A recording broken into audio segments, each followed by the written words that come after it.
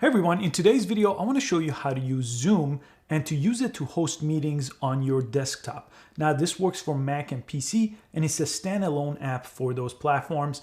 You could get it from the link in the description below this video at zoom.us. Now, there's a free version of Zoom that's going to be good for most case scenarios, and there are some paid version if you're trying to do other things with it. But you could hold virtual meetings, you could go ahead and video chat, you could have conference calls, you could screen share, you could hold classrooms, town halls. You could have up to 100 participants on the free version of Zoom and up to 1,000 participants on a meeting on the paid version. I'm going to spend most of the time on the computer here so I could show you exactly how to use Zoom and most of the essential features that Zoom brings you. So when you land on the website zoom.us, you do have to sign up and create an account.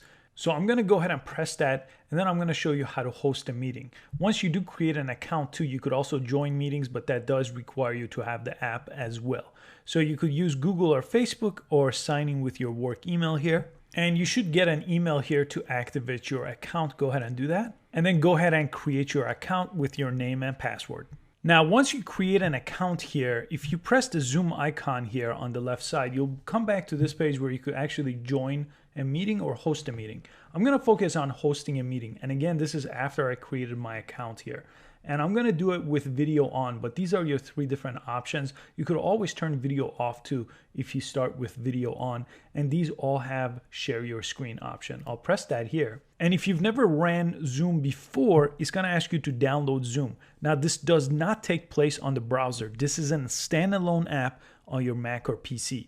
So I'm going to go ahead and download and run Zoom here. It's going to download it as a package to my computer. Again, it's the same if you have a PC, but you'll just go ahead and install it. Very straightforward on how to do that. And now let me minimize the website so I could focus on the homepage of the Zoom app. So as you could see, I'm on the Zoom app on my Mac. It's the same on the PC. And here, there's a few options that I have. I could join a meeting. I'll show you where to get the join code in a second where I create my own. That's creating your new meeting yourself, scheduling, or sharing screen. I'll go ahead and press new meeting. I'll press this icon and it's going to launch my video on my Mac here, not the one I was recording the intro with. I'll go ahead and join with my camera, with my computer audio here. Now let me show you all the options you have right here on Zoom. So on the very bottom, I'll start from left to right. You have mute, which comes in very, very handy. So if I mute here, I'm muting myself. I'm going to show you how to mute other participants too when you have a lot of people here. But I'm going to go ahead and unmute myself.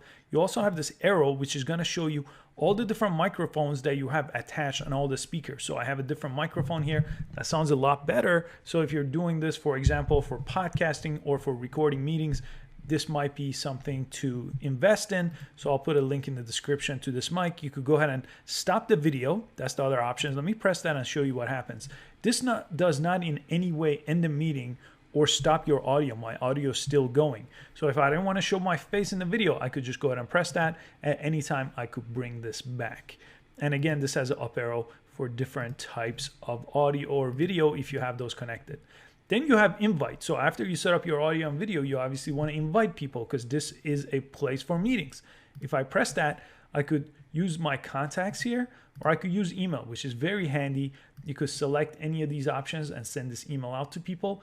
Or one of my favorite options is copy link, and then you're going to get a link here. Let me just go ahead and paste it to show you what that looks like.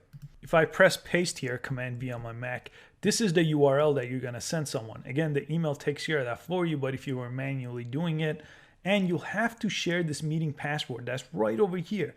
So make sure you copy this and add it to whatever text you're sending to someone, but you could use any text message platform to send this or one of these default emails here. Very straightforward. If you choose those options, it's going to basically lay out how to join that meeting exactly over here with the password and link to a meeting.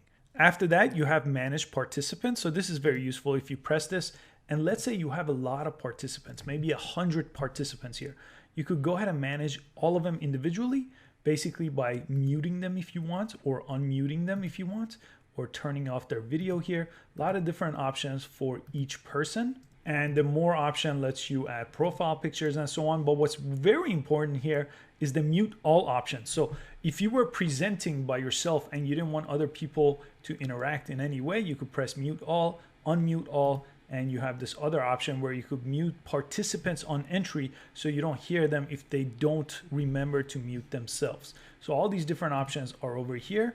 Then you have chat, which is also part of this over here on the bottom. You could go ahead and set that to everyone, and everyone could basically chat on the side and share files. But if you press the three dots, you could also change it over here. Let me go ahead and make this a little bit smaller so you could see all these options under the three dots. But you could basically have where the host only could make the chats, or is publicly available and everybody could publicly chat here. So I like that option so everybody could see what other people have to say. Next to that, you have record. I can't press that right now because I'm recording my screen, but this basically records what's happening on screen here. And then when you press stop after that, it will turn it to an MP4 file. You could share that. It will just, after you end the meeting, show up on your desktop. Very straightforward there. And you have reactions. You could give people a clap or a thumbs up, and it'll show up over here when other people are talking. And when you're done, you could basically press end meeting on this side. Let me show you. When you press that, you get two options. You can either leave the meeting, so the meeting will continue without you, or end the meeting if you're the host. So if I press end the meeting, it's going to end it for everybody.